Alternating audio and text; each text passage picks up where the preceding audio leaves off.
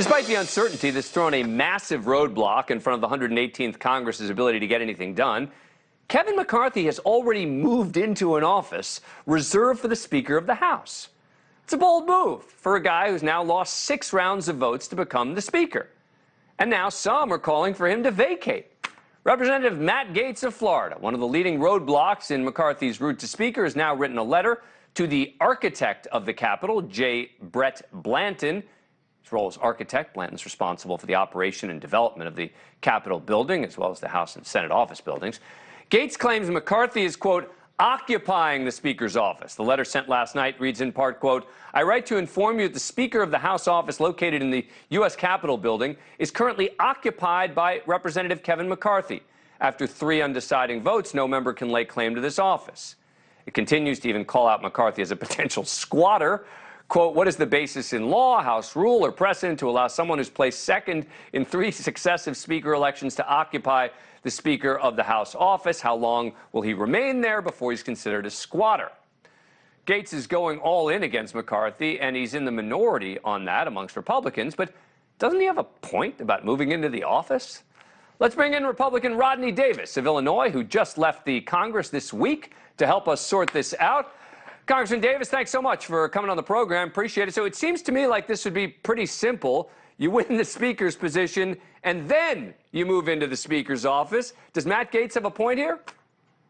No, I wish Matt would have called me beforehand because, you know, in the end, these moves get done no matter who's in charge. As a matter of fact, when Nancy Pelosi and the Democrats took over before she was elected Speaker, she moved into the Speaker's office. Why? Because she was the Speaker designee by the incoming majority party. Remember, Kevin McCarthy got 85% of the vote of the Republican members-elect who are actually going to be sworn in once we get a Speaker of the House. You know, saying Kevin should move out of the Speaker's office because he is the Speaker's designee of the majority party is like saying every member of Congress should move out of their offices because, frankly, they're technically not members of Congress, regardless of whether or not they served last term, because all of their terms expired at noon yesterday, just like mine. That's interesting. If I could just ask you to hold on for 1 second, because we're covering this other story. This is the plane landing with the suspect in the murders of those Idaho students. This plane has been coming cross-country for the whole day, making 2 stops because it is not designed to do cross-country flights.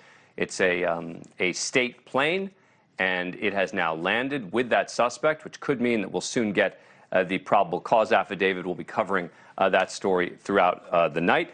Congressman, thanks. I apologize for interrupting the conversation there. Let me come back to this issue of the question of the nature of Kevin McCarthy's visit right now to the Speaker's office. So as far as you're concerned, there is no problem here because it's not officially anybody's. So from your perspective, Kevin McCarthy has as much right to be there as anyone else?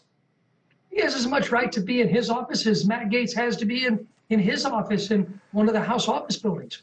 Remember, Matt Gaetz, like me, was an incumbent member of Congress in the last Congress. But at noon yesterday, our terms expired.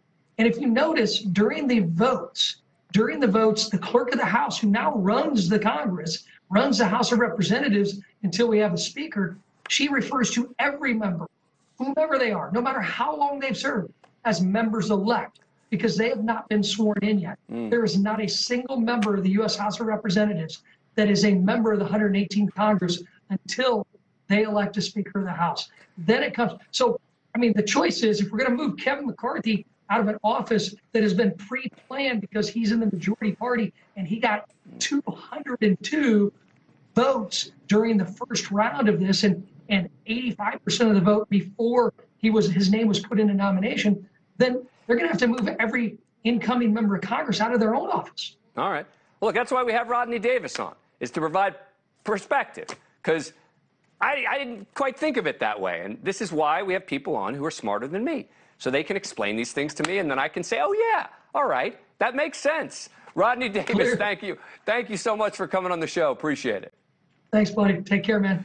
Thank you for watching. Go to newsnationnow.com to find NewsNation on your cable provider. And don't forget to click the red subscribe button below to get more of NewsNation's fact-driven, unbiased coverage.